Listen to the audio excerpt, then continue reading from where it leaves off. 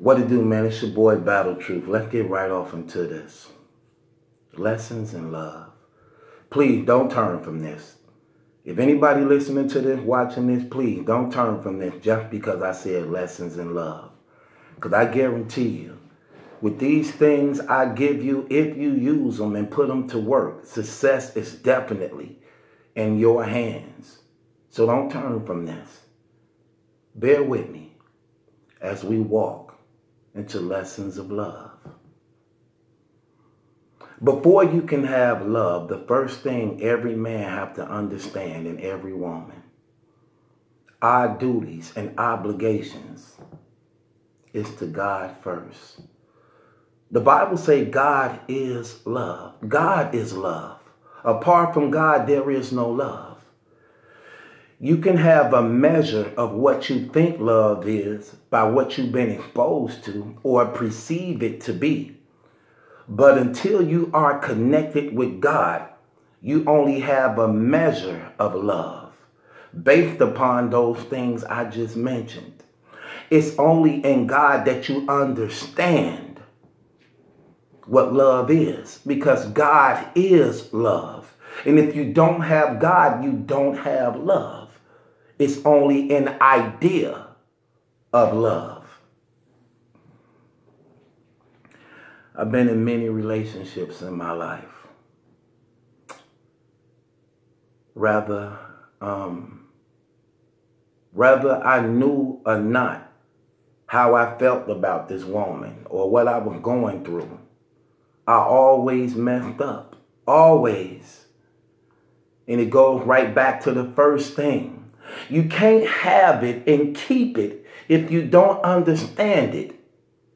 You can't have and keep a relationship if you don't understand it.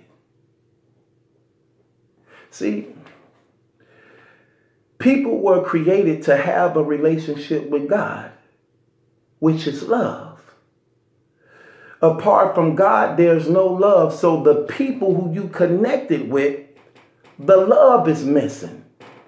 And this why we in return say the things that we say about each other, do the things we do to one another, can't be supportive and strong for one another, because God is missing. It's only when God becomes a part of the relationship now has something that holds us both accountable to love one another, to respect one another. And not only in a relationship with a woman, this your family too, your children too, friends too.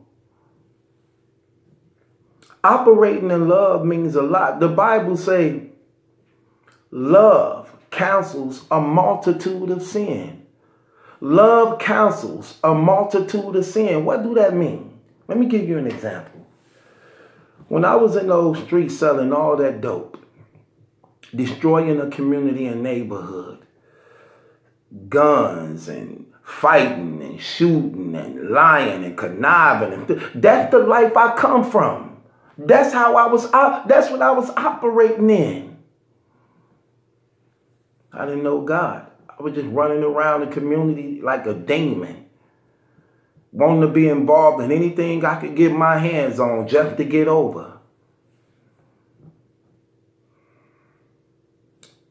17 years ago, God changed and turned my life around forever.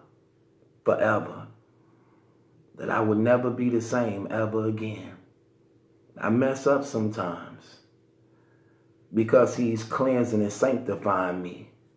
And that's something that's going to continue to happen to the day that I die, that I am in a glorified body. If I wasn't in this relationship with God, can you imagine the things I'd be doing? I probably wouldn't even be alive. Probably wouldn't even be alive, or somewhere locked up again. Doing more, probably wouldn't even be out again. But his love affected and changed something in me, that the things I used to do, that I used to enjoy doing that was wrong, I don't want to do anymore. His love takes away a multitude of sin. Look at all the things that go in our mind every day that we got to shut down and throw out our minds.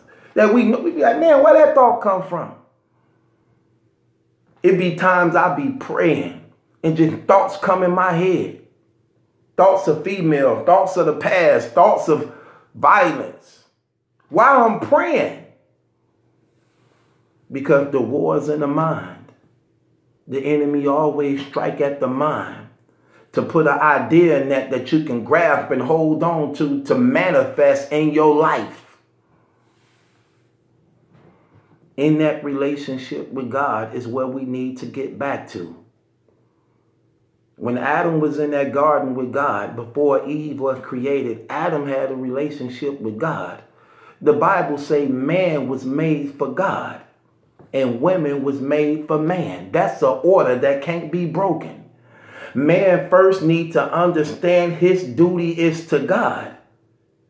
Once you are disconnected from God, that means you want to be independent of him. How can you live a life to be independent from God who created life? God who's the author of life. This is his world and his planet. He knows everything about it. He already in tomorrow that you trying to get to. So how could you disconnect yourself from the life source that love you? He loves you. And you have a real enemy that hates you. Once you disconnect yourself from the love, the life source, you don't stand a chance against the enemy. It's a spirit you can't see. You can't fight a spirit you can't see. That's alive and warn against you. And not only you, everything you love. And you know whose fault it is? Yours. Yours.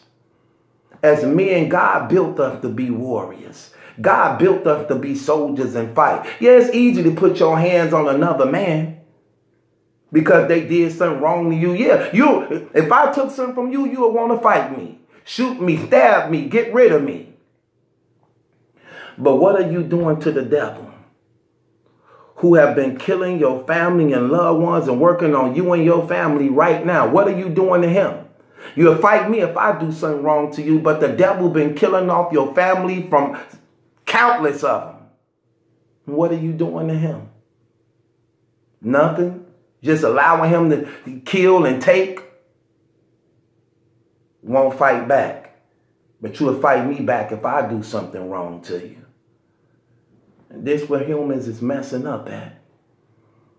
The devil has programmed us and our mind to believe that coming to God means he's taking away something from us.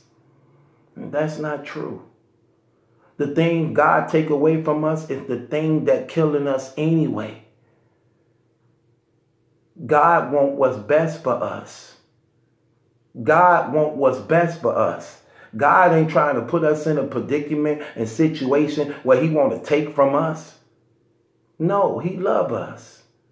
He just know the things that we holding on to is killing us. He said, let that go. You don't need it. Stop depending on that. I'm your life source. I'm all you need. And you will find that out. I love God more than my children. I love God more than my woman. I love God more than my brothers and sisters. I can lose them. I can't lose God. You wouldn't understand how that feels until God has came into your life. And once you feel that heart that he gave you, man, no love can replace it. It's better than sex. It's better than food that you desire and crave. It's better than the jokes and things that you do to get you by, to laugh at the pains of life. It's better than that.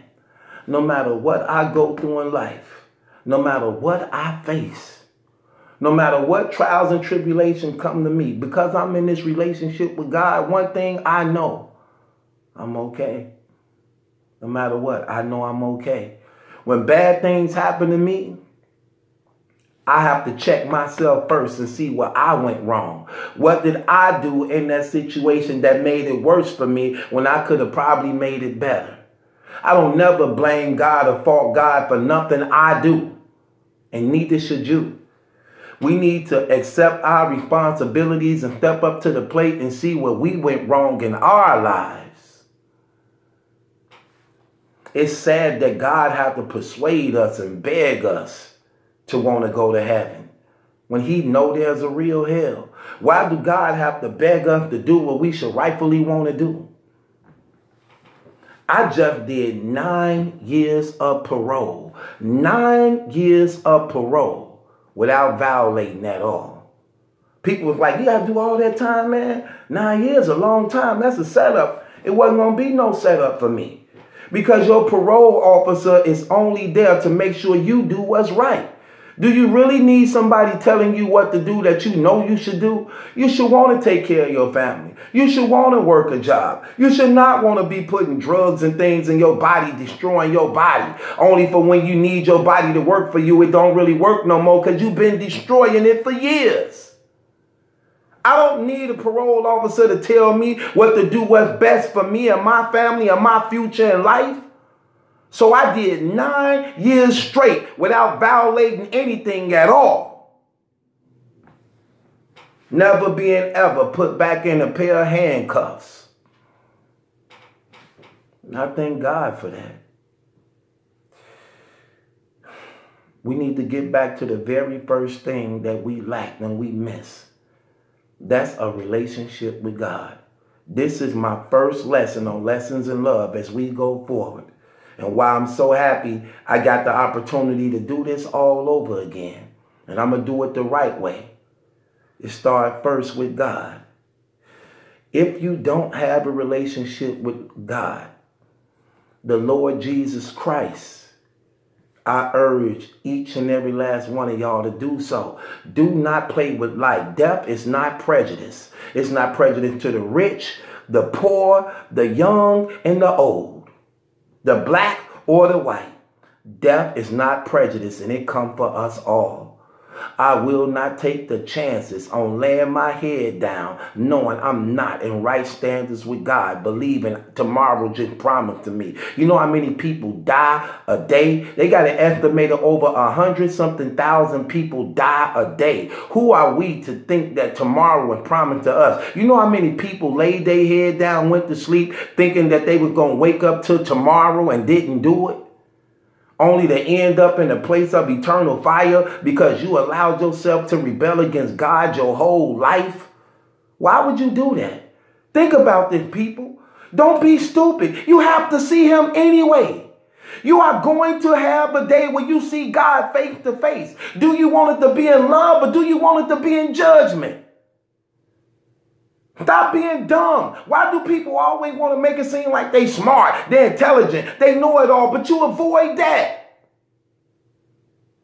It's not a game, y'all. And we all got family and loved ones that passed, that's dead and that's dying right now, and that's leading themselves to death. Come on now. Wake up, y'all. Wake up. We have to fight this thing back.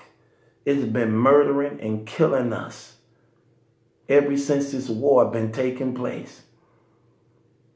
And it's not nobody else's fault but ours. We give him power over our life.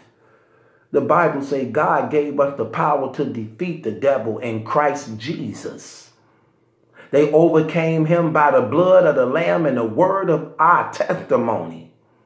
That's Jesus Christ.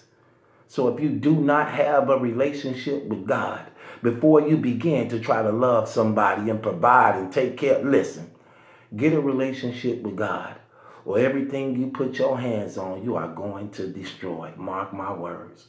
You're going to hurt that woman. You're going to hurt your family. You're going to hurt your children. And this is battle truth. It ain't my judgment that's in question. It's yours. And these are lessons in love. Subscribe to Battle 1 UF. It ain't my judgment that's in question. It's yours.